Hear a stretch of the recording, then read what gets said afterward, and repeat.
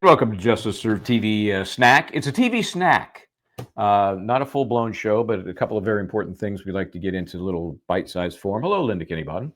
Hi, Michael Bryan. But even though it's as you're saying, a TV snack or a TV tidbit, or I like to say, it's just a served TV tea. We are serving tea, okay? All right. The tea of the day. But before you do that, could you just in advance hit that subscribe, like, share, notify button, okay? All right? Yeah. It's because What's it going to hurt? like you. What's it going to hurt?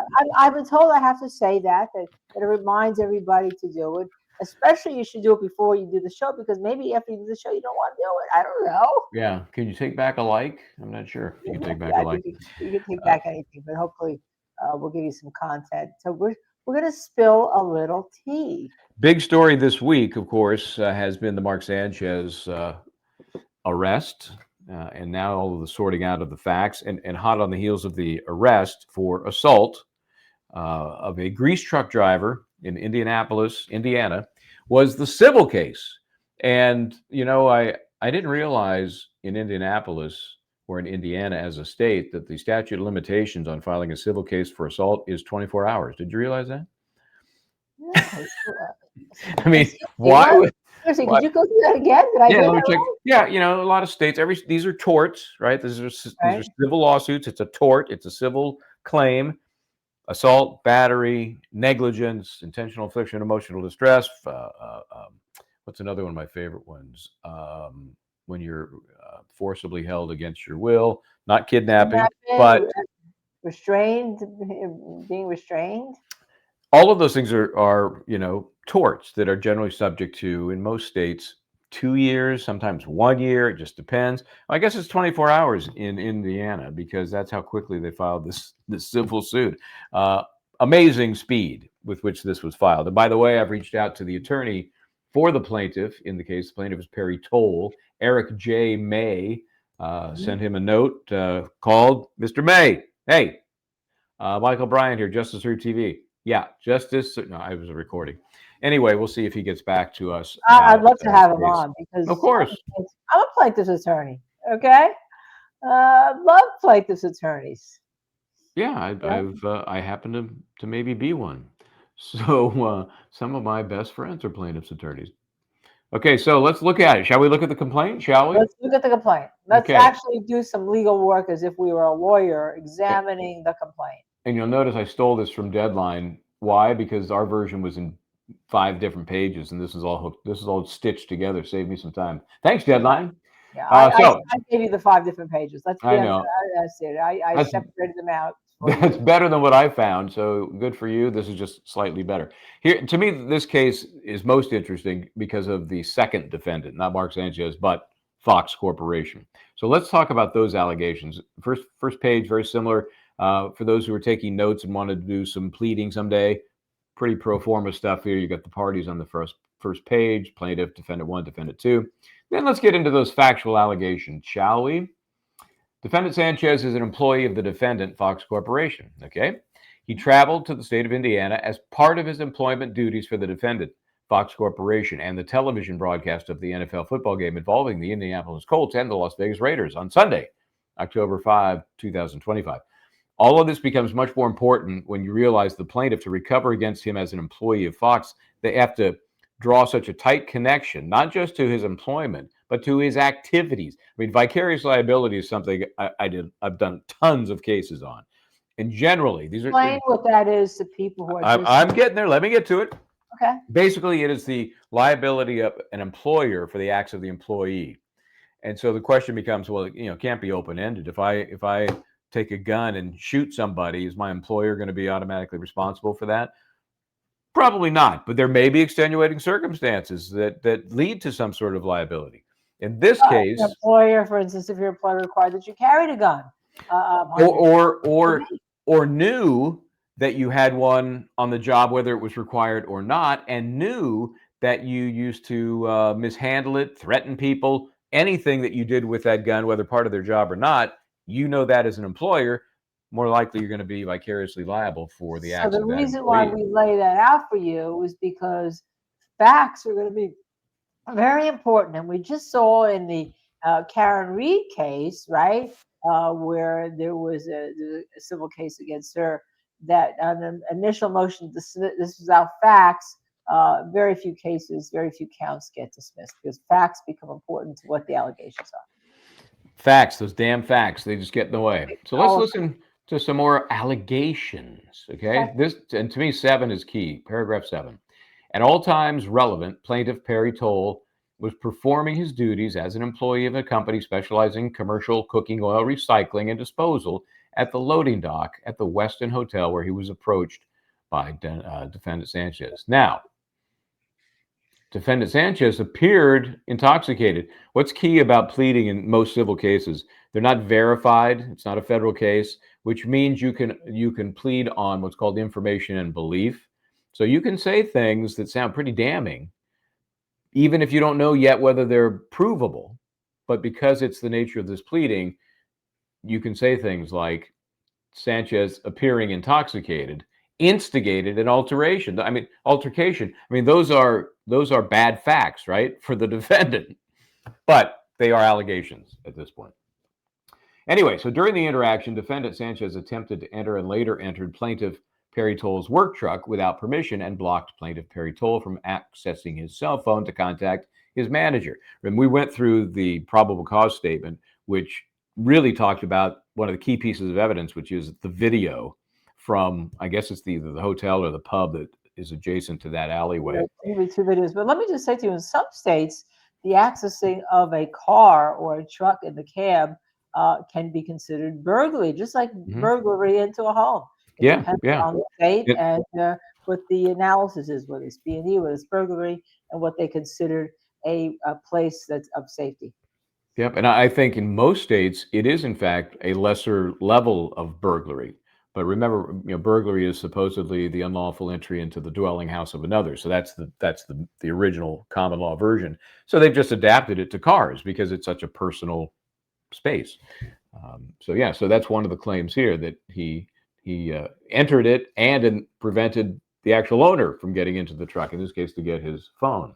The situation escalated when defendant Sanchez physically blocked and shoved plaintiff Perry Toll, leading plaintiff Perry Toll to use pepper spray in self-defense. Despite using the pepper spray, defendant Sanchez continued to advance towards plaintiff Perry Toll, resulting in a physical altercation, which resulted in plaintiff Perry Toll suffering significant injuries to his head, jaw, and neck. We've seen the pictures of that. I think there's going to be an interesting, again, if this were ever to go to trial, I'd say it's a 50-50 shot at best that it'll ever see trial. It'll resolve because money's all that's at stake here. I would have an expert to talk about the impact of substances like alcohol or other toxins. We don't know the tox report yet, on pepper spray's effect on that person. Does it dull their senses? Does it make them, less susceptible to it? I don't know, but I Or does it think, make it feel like they have superhuman powers and they can go, go right through it? yeah, I mean, there's a difference between feeling you can and actually being able to do that. And apparently here, after a quick snort, he was fine. He was ready to move on. So I definitely would get into that if this were to go to trial. And again, Oh, he's got to stop snorting in that tahine powder, I guess, when he's 70. is that what it is? Is that what is No, that it's for? the pepper spray is cayenne, either usually a cayenne type. That's that reddish stuff, right? I had some of Yeah, that but at your the house tahine is yes, you had some tahine in my house on with watermelon, with on with mango. watermelon.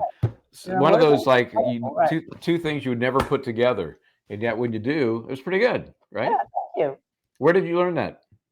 At the restaurant down the street called 'Cause- the Oasis, ah, which is the first time I learned of it. It was like, wow, this is delicious. And then I yeah, learned that it's very common on mangoes. It's very common on all sorts of different fruits. that reminds me. Yeah, I think in Mexico I've seen them do it with mangoes. It's that whole sweet and sour kind of combo, and a little zip to that.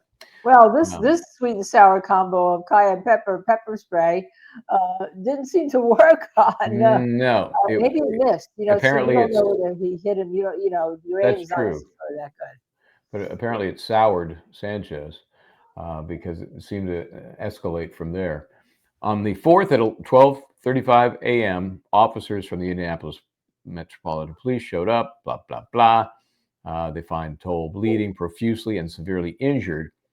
And then defendant Sanchez subsequently arrested for battery, And we unlawful are not entry to a showing motor those. We are vehicle. not showing those pictures. Those pictures of No. Perry Toll are pretty horrible. Yeah, I mean we've seen worse, but there's no sense sensationalizing those. The guy had some bashed up part of his head. He was in the neck collar, right? Right. Neck And collar. what's amazing, the comparison is when he first heard about Mark Sanchez being stabbed. If you didn't know about any of the stories, like, oh my God, I feel for him. He's in critical condition. Then he's Yeah, in stable condition, and then he's out. and he's released. Yeah, and I think Hospital. you don't normally expect to hear somebody is stabbed, and then the next sentence is, and then they were arrested. That's usually not the way it plays out, but that's how this story played out. Oh, Mark Sanchez got stabbed. Oh my gosh, what happened? Oh, he was arrested. And Okay. he made $300 bail. But in the meantime, he was also in the hospital in critical condition and then stable condition and out. And then boom. And Mr. Toll is still in the hospital from what we understand. Yeah, he I don't think he was going anywhere too quickly. So I don't know about those stab wounds. I would like to know more about those. They must have been pretty superficial. Must have been. Anyway, so first cause of action here is the assault and battery, very similar to a criminal action. Critical difference, of course, is the burden to prove that it happened. There's the claim for that. Suffered permanent disfigurement. They're claiming loss of function, other physical injuries, emotional distress, and other damages. You think they're going to amend this and add emotional distress as a separate count, separate Yeah. claim? Yeah. I think Yeah. that's exactly. If it gets that far, I mean, because this is one of these cases that this came across your desk. I would expect this is going to resolve quickly. That's just, I think it would be because it's too nasty for those in the limelight, whether we're talking about Fox or Sanchez, and who knows how it's going to impact his livelihood going forward. But just looking at the lawsuit, the players, the facts, I would expect if I'm plaintiff's counsel, this is going to resolve quickly. By the way, just for those of you who are just a little confused before we go through that, I just changed the banner from Cafe Patio, who is our Friday guest on our premiere, to Mark Sanchez. So don't be confused. Yeah. We were just trying to see whether you were awake. That's right, just a test. Ironically, I had changed it from Mark Sanchez to Savio when about 5 minutes into that show. So anyway, so we're on a little delay here in our banners. And here's some of the key stuff. This is count 2. This is the more fun one. If you want to get into the meaty legal issues, negligent hiring, retention, and supervision. Okay. Paragraph 20. Defendant Fox Corporation owed a duty of care to plaintiff Perry Toll to ensure that its employees conducted themselves in a reasonable manner. That I have no problem with that. Perfectly logical. Here's the tricky part. 21. Defendant Fox Corporation knew or should have known, and that's the negligent standard, about the defendant Sanchez's unfitness as an employee, propensity for drinking, and or harmful conduct. That's the case. In a nutshell, that's the case. Or against Fox, not against Fox, not against Sanchez. No, against Fox. Sanchez's only ability on this case is whether or not he was defending himself, and this was really a self-defense with Sanchez defending himself. That's the only issue that's going to be raised. I see here, but with Toll, assuming he wins Sanchez in the settlement, I agree with you. This is the issue, and this is always the issue. And what's interesting, you usually pleaded whether you know you have information about it or not, because you assume that because the act is so egregious that there had to be, as we talk in domestic violence cases, Michael Bryant, that there had to be signs, warning signs, things to look out for. Some history, something that would put them on notice that he had these issues. That's all part of the discovery process. In a more traditional case where you don't have such a high-profile individual defendant like Mark Sanchez, you're targeting the deep pockets of a Fox Corporation. In this case, you got maybe Sanchez's pockets are not quite as deep, but they're still pretty deep compared to your average defendant in a case like this. So it's not like the Fox allegations are do or die for this plaintiff. They still got an avenue to be getting some recovery.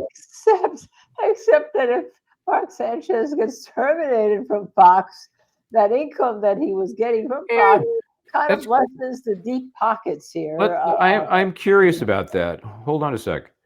How I'm sure it's much was public, Mark Sanchez making with right? I'm Fox sure it's News public. Corporation? Right. What was his contract? Between vague enough, between 100 and 500 annually.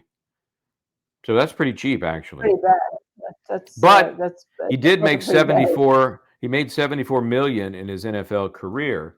So he's got something in the bank. He's, if you were to get a judgment against him, you're not going to be leaning his wages from Fox News Corp. Right, right. I agree. He's got some other assets to go after. Sorry Okay, about that. so yeah, so My defendant Fox my iPad went Corporation. rogue. What happened? My What? iPad went rogue. Oh, My iPad went rogue. You mentioned Mark Sanchez. You mentioned something related to the Jets, and all of my stuff goes rogue. your iPad Oh, just he was a quarterback for the New York self-destructed. New Yeah, Jersey I Odd saw. Job. Let's see. He made. See, he was really pretty low-paid quarterback. I mean, as quarterbacks go. His estimated net worth is now 40 million. So I think there's enough there. He had the so butt he'll be fumble. okay. He's going to be known. He was known for the butt fumble in New York. Okay. Oh yeah. Oh, Yep. forevermore. Now he's going to be forever known as the person who's doing wind sprints in an the alley at whatever time in the morning Yeah, as at it midnight. was. Yeah. Yep. I'm not sure which is worse, to be honest. So What's a wind sprint, by the way? What's a real wind sprint? I'd say 40 yards or 50 yards. It's 40 or 50 yards. Okay. Yeah, I think less than that. I mean, I know in drills they start at like 20 yards. You know that drill where you go 20 and back, Right. 30 and back, 40 and back, 50. I think anything less than like 40 is not much of a wind sprint. Okay, so 22, despite this knowledge, meaning the corporate knowledge or the availability of this knowledge, defendant Fox Corporation hired defendant Sanchez as an employee, retained him as an employee, and or failed to supervise him. You got to be out there when the guy's drinking and doing wind sprints. In his capacity as a defendant, employee of the defendant Fox. And what's key here is we don't know where he was before. Was there a Fox party? Was there a broadcast party? Was there a liquor provided? This was the day before the game, right?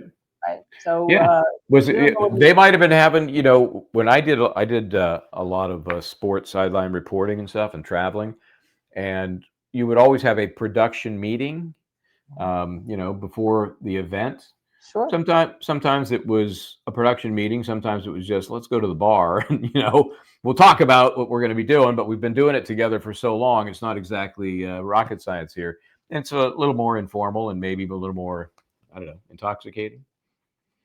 So that's it. They want damages, of course, for compensatory damages. And what are those? Those are, actual hard losses, right? Hard costs. Could be anything from, lost wages, lost grease truck driver wages, or his pain and suffering. Pain and suffering, anything that's that's part of again, all subject to proof at the time of trial. And then they want the rubber number of punitive damages. So, and that's usually, that depends on state law, whether it's 5 times the amount of compensatory damages. We all see these big corporations. Do you have in Jersey? Is there a limit? No, we don't on have a traditional tort. California doesn't either. It does for medical cases. But it doesn't. It's all within the judge. It's a shock to conscience that you have either a verdict or punitive damage is too high. But there is a Supreme Court that usually says, usually it's about a 5-to-1 ratio. But you can go beyond that. I mean, if you look at Mr. Toll here, who, by the way, said it is.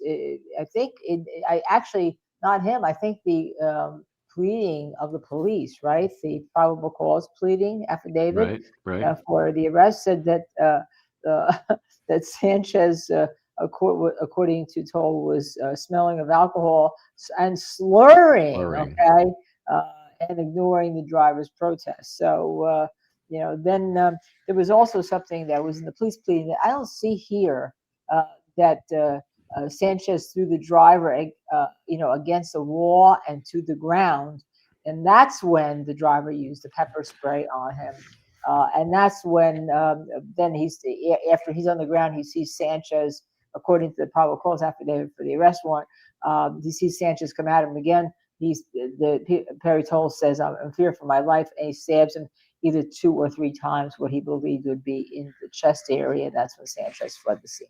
So And you have to read the two things together, I think.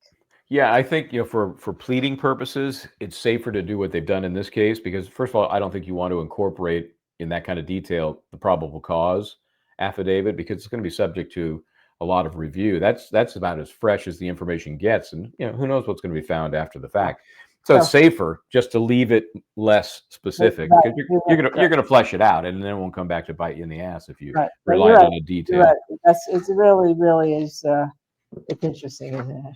It's just interesting. So that saga will continue. I still bet. I'm going to say end of the year. This case is over. That's what I'm going to say.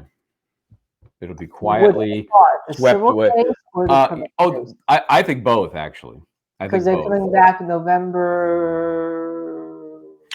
4th. I should have noted that somewhere. I think it's November 4th. I mean, they waived their Sanchez waived his hearing and left, and right. Yeah, and remember the police are still going to get the toxicology test. So you think that because Sanchez doesn't have any criminal record, they're going to let him to some type of pretrial program. It's going to go away. He doesn't have anything, and then this case is going to just get settled so that if there is other issues out there, they don't get blown to the public.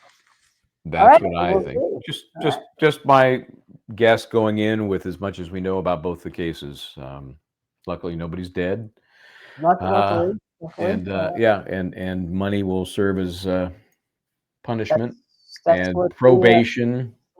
Yeah, and he may even be a probation that gets wiped off his record. Except this is a felony.